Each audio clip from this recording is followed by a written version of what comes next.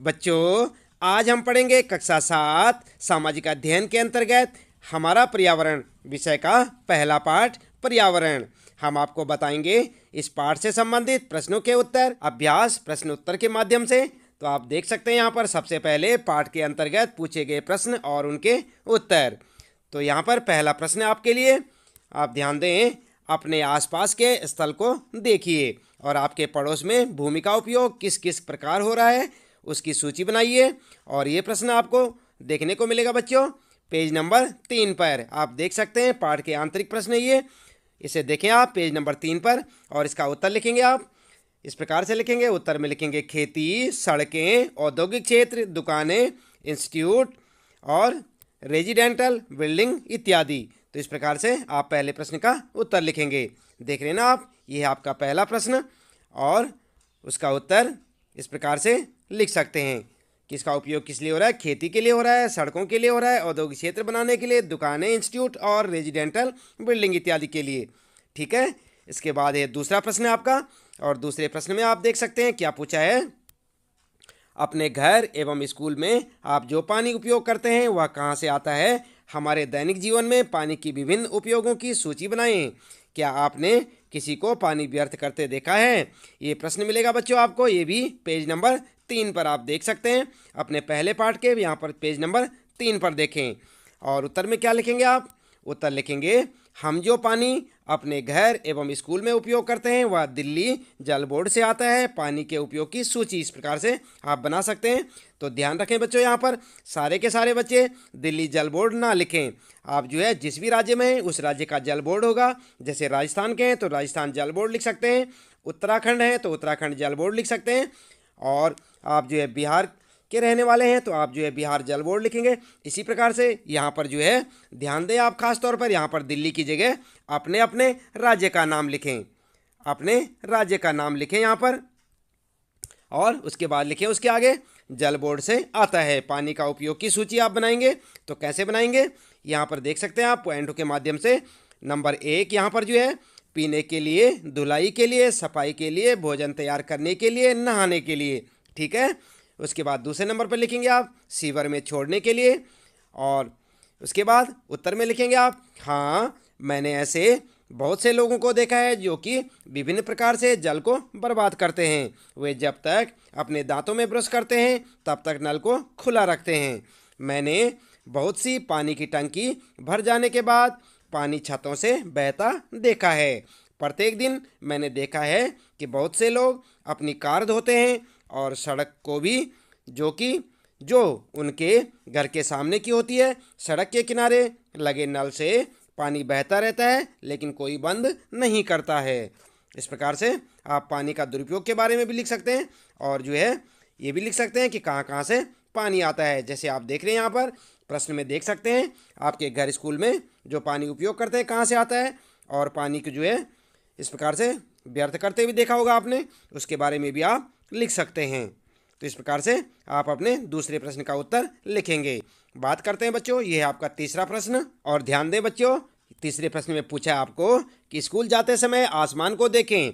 ध्यान दें कि दिन कैसा है, वर्षा हो रही है, आसमान में बादल है, तेज धूप है या कोहरा इत्यादि। और ये प्रश्न भी आपको पेज नंबर 3 पर देखने को मिल सकता है बच्चों। और इसका उत्तर किस प्रकार लिखेंगे।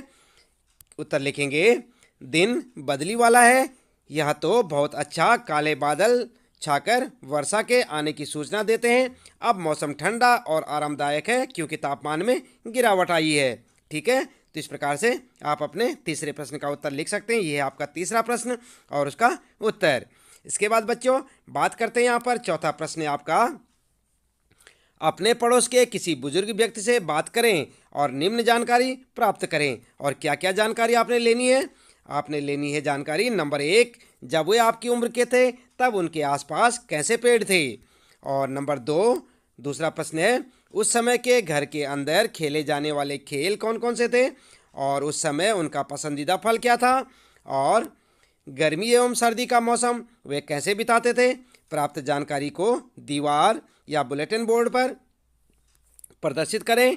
और ये प्रश्न मिलेगा आपको पेज नंबर 3 पर। आप देख सकते हैं इस प्रकार का एक प्रश्न मिलेगा आपको, जैसे कि यहाँ पर ये चौथा प्रश्न लिखा हमने, ये आपको मिलेगा आपके पेज नंबर 3 पर। आप देखिए अपनी किताब में और उत्तर में लिखेंगे आप। उत्तर इस प्रकार लिखेंगे। नंबर 1 आम, अमरूद, पपीता, लीची, अनार इत्यादि के पेड़। और नंबर 2 के उत्तर में लिखेंगे लूडो, शतरंज और कैरम बोर्ड। उनको ये खेल पसंद थे। नंबर 3 में लिखेंगे गर्मियों के समय वे केले के पेड़ों की घनी छाया में बैठते थे। और इसके बाद नंबर 4 का उत्तर लिखेंगे आप। गर्मियों के समय वे केले के पेड़ों की घनी छाया में बैठते थे। जोड़े नहीं यहाँ पर जाड़े के समय में आग के पास बैठकर समय बिताते थे। वे धूप में बैठकर सूर्य की गर्मी भी लेते थे। ठीक है बच्चों, तो इस प्रकार से आप जो है अपने इन चारों प्रश्नों के उत्तर लिख सकते हैं और चाहे तो अपने हिसाब से भी, क्योंकि आपने जिस भी बुजुर्ग व्यक्ति से बात की होगी उसके हिसाब से भी लिख सकते हैं आप। इसके बाद बात करते हैं यहाँ पर पाठ के अंत में पूछे गए प्रश्न और उनके उत्तरों की। तो ध्यान देंगे बच्चों, पहले हमने आपको बताए थे आंतरिक प्रश्न और अब ये हैं पाठ के अंत में पूछे गए प्रश्न। आपने पूरा पाठ पढ़ लिया होगा। पूरा पाठ पढ़ने के बाद आपको जो है पाठ के अंत में कुछ प्रश्न दिखाई देंगे। आप देखेंगे पहला प्रश्न है निम्न प्रश्नों के उत्तर दीजिए। और किन के उत्तर देने आपने? क्या है पारितंत्र क्या है? आप ध्यान दें बच्चों, पारितंत्र क्या है इसका उत्तर लिखेंगे आप। उत्तर में लिखेंगे यह तंत्र जिसमें समस्त जीवधारी आपस में एक दूसरे के साथ तथा पर्यावरण के उन भौतिक एवं रासायनिक कारकों के साथ परस्पर क्रिया करते हैं जिसमें वे निवास करते हैं, पारितंत्र कहलाता है। ये सब ऊर्जा और पदार्थ के स्थानांतरण द्वारा संबद्ध है। तो इस प्रकार से आप देख सकते हैं। क्लियर लिखें आप अपने उत्तर को। और यहाँ से पहला प्रश्न है आपका कै वाला और इसका उत्तर पारितंत्र क्या होता है, इसका उत्तर इस प्रकार लिखेंगे। बात करते हैं दूसरा प्रश्न है बच्चों। और प्रश्न में पूछा है कि प्राकृतिक पर्यावरण से आप क्या समझते हैं। तो क्या समझते हैं बच्चों प्राकृतिक पर्यावरण से?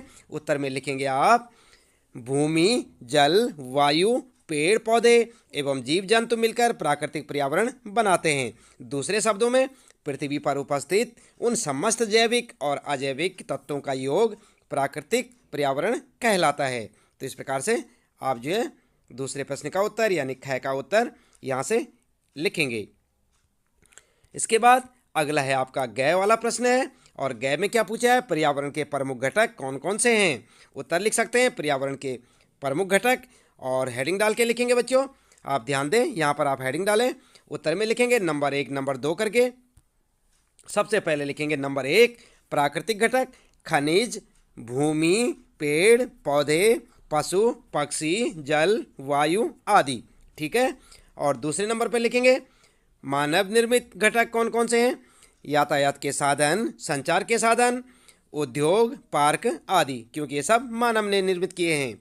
इसके बाद अगला प्रश्न है बच्चों, ध्यान दिया आपने, ये था गै प्रश्न और इसका उत्तर। और अगला प्रश्न है बच्चों गै वाला मानव निर्मित पर्यावरण के 4 उदाहरण दीजिए। तो आप जो है उदाहरण कैसे देंगे? मानव ने क्या क्या बनाया? उत्तर में लिखेंगे मानव निर्मित पर्यावरण के उदाहरण और हेडिंग डाल के लिखेंगे बच्चों यातायात के साधन, संचार के साधन, उद्योग, पार्क आदि। ठीक है। तो इस प्रकार से आप लिख सकते हैं। इन्हें याद भी करें बच्चों। उसके बाद आपके लिए प्रश्न है च वाला स्थलमंडल क्या है? तो क्या है स्थलमंडल? आपने पाठ में पढ़ा होगा बच्चों। उत्तर लिखेंगे पृथ्वी की ठोस परपटी या कठोर ऊपरी परत को स्थलमंडल कहते हैं। ध्यान दें आप, काफ़ी इंपॉर्टेंट है। स्थलमंडल क्या है? पृथ्वी की ठोस परपटी या कठोर ऊपरी परत को स्थलमंडल कहते हैं। यह चट्टानों एवं खनिजों से बना होता है एवं मिट्टी की पतली परत से ढका होता है। यह पहाड़, पठार, मैदान, घाटी आदि जैसी विभिन्न स्थलाकृतियों वाला विषम धरातल होता है। ये स्थलाकृतियाँ महाद्वीपों के अलावा महासागर की सतह पर भी होती हैं या पाई जाती हैं। स्थलमंडल वह क्षेत्र है जो हमें वन, कृषि एवं मानव बस्तियों के लिए भूमि, पशुओं को चरने के लिए घास स्थल प्रदान करता है। यह खनिज संपदा का भी एक स्रोत है। ठीक है। तो थोड़ा उत्तर लंबा है बच्चों, लेकिन आप ध्यानपूर्वक लिखें और इम्पोर्टेंट है यहाँ पर ये प्रश्न, इसको याद भी करें। हो सकता है आपकी परीक्षा में भी आ जाए स्थलमंडल किसे कहते हैं या स्थलमंडल क्या है। तो आप ध्यान दें। और इसके बाद अगला है बच्चों प्रश्न है आपके लिए 6 वाला जीवीय पर्यावरण के 2 प्रमुख घटक क्या हैं? तो क्या हैं प्रमुख घटक? आप उत्तर में लिखेंगे जीवीय पर्यावरण के 2 घटक हैं पेड़ पौधे और नंबर दूसरा पशु पक्षी। ठीक है। और इसके बाद अगला है आपके लिए प्रश्न, जैव मंडल क्या है, और काफ़ी इंपॉर्टेंट है ये बच्चों, ये प्रश्न आपके लिए भी काफ़ी इंपॉर्टेंट है, तो ध्यान दें आप। उत्तर में लिखेंगे, पादप एवं जीव जंतु मिलकर सजीव संसार का निर्माण करते हैं जिसे जीव मंडल कहते हैं। यह पृथ्वी का वह संकीर्ण क्षेत्र है जहाँ स्थल, जल एवं वायु मिलकर जीवन को संभव बनाते हैं। तो ध्यान दें बच्चों, जैसे मैंने आपको बताया कि बहुत इंपॉर्टेंट है ये क्वेश्चन आपके लिए, आप जो है इसको याद रखें कि जीव मंडल क्या है, और इस प्रकार उत्तर लिखेंगे। आगे बात करते हैं बच्चों, दूसरा प्रश्न है सही। देख रहे हैं ना आप, यहाँ पर उत्तर चिन्हित कीजिए। तो यहाँ पर सही उत्तर में आपने सही का चिन्ह लगाना है, और यहाँ पर देख सकते हैं आप कै वाला है सबसे पहले, इनमें से कौन सा प्राकृतिक पारितंत्र नहीं है। तो यहाँ पर ऑप्शन दिए हुए हैं आपके लिए, और सही ऑप्शन को आपने चुनना है, मरुस्थल, ताल या वन। उत्तर में लिखेंगे आप ताल, ठीक है। और इसके बाद अगला प्रश्न है, इनमें से कौन सा मानवीय पर्यावरण का घटक नहीं है। तो यहाँ पर भी तीन है, तीनों में से एक सही होगा आपका। देख सकते हैं आप, स्थल, धर्म और समुदाय। तो यहाँ पर सही कौन सा होगा, उत्तर लिखेंगे आप, ध्यान दें, उत्तर लिखेंगे आप स्थल। और गै वाला प्रश्न है बच्चों, इनमें से कौन सा मानव निर्मित पर्यावरण है। जैसे कि यहाँ पर ऑप्शन देख सकते हैं आप, पर्यावरण, समुद्र, सड़क। तो इनमें सही कौन सा होगा, उत्तर लिखेंगे सड़क। देख रहे हैं ना आप यहाँ पर, ये वाला सही। और इसके बाद अगला है बच्चों, इनमें से कौन सा पर्यावरण के लिए खतरा है। ये तीन ऑप्शन है यहाँ पर, पादप वृद्धि, जनसंख्या वृद्धि और फसल वृद्धि। तो यहाँ पर उत्तर लिखेंगे आप जनसंख्या वृद्धि। यही तो खतरा है ना, जनसंख्या ज़्यादा बढ़ेगी तो खाने पीने की चीज़ों की कमी पड़ जाएगी, जो साधन है हमारे पास और सुख सुविधाएं जो है सभी चीज़ों की कमी पड़ जाएगी। तो समस्या कहाँ पे होगी, जनसंख्या वृद्धि पे।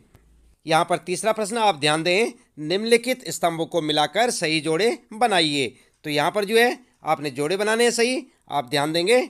जैसे देख सकते हैं आप यहाँ पर, कै में जैव मंडल, ख में वायुमंडल और गै में जल मंडल और घ में पर्यावरण, आप देख रहे हैं यहाँ पर। और उसके बाद नीचे देख सकते हैं आप, नंबर 1 पे है यहाँ पर, फर्स्ट में पृथ्वी को घेरने वाली वायु की चादर, सेकंड में जलीय क्षेत्र, थर्ड में हमारे आसपास का क्षेत्र, और फोर्थ में देखेंगे आप वह संकीर्ण क्षेत्र जहाँ स्थल, जल एवं वायु पारस्परिक क्रिया करते हैं। तो यहाँ पर जो है आपने क्या करना है, इन स्तंभों को मिलाकर जोड़े बनाने हैं। तो जोड़े कैसे बनाएंगे आप बच्चों, पहले ध्यान से देखें आप, ये जो कै है यहाँ पर जैव मंडल के साथ में, इसके साथ जो है इन चारों में से कौन सा सही बैठेगा ये आपको बताना है। तो यहाँ पर क्या करेंगे आप, उत्तर में लिखेंगे इस प्रकार से, आप उत्तर लिखें। उत्तर में लिखेंगे आप नंबर 1 जैव मंडल, नंबर 2 वायुमंडल, और गै में लिखेंगे जल मंडल, और यहाँ पर गै में पर्यावरण, कै कै गै गै। पहले तो आप ऐसे ही लिखेंगे उत्तर में, ध्यान रखें आप, यहाँ पर काफ़ी समझने का है, तो आप पहले ही ऐसे ही लिखेंगे। और उसके बाद कै वाले के साथ, यानी कि इसके साथ में ये वाला बैठेगा आपका, वह संकीर्ण क्षेत्र जहाँ स्थल, जल एवं वायु पारस्परिक क्रिया करते हैं।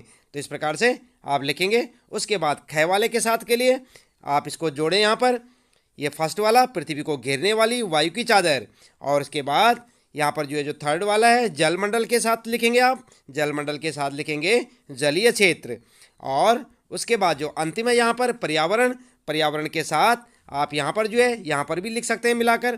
कैसे लिखेंगे, इसको लिखेंगे थर्ड वाले को हमारे आसपास का क्षेत्र, यानी कि पर्यावरण के साथ हमारे आसपास का क्षेत्र। तो समझ गए ना आप, इस प्रकार से आप अपना उत्तर लिखेंगे। जैसे यहाँ पर आप देख रहे हैं, पहले वाले के साथ आप ध्यान दें ये वाला, दूसरे वाले के साथ यहाँ पर ये वाला, और तीसरे वाले के साथ जलमंडल के साथ जलीय क्षेत्र, और उसके बाद यहाँ पर जो है चौथे वाले पर्यावरण के साथ ये वाला लगाएंगे आप, और इस प्रकार से आपका उत्तर हो जाएगा। चाहे तो आप ऐसे भी लिख सकते हैं जैसे यहाँ पर लिखा हुआ है, क्रम आप यही रखेंगे इसका, कै ख गै घ, और यहाँ पर जो है इसमें इसका क्रम ऐसे ही रखेंगे आप, चौथा, पहला, दूसरा और तीसरा।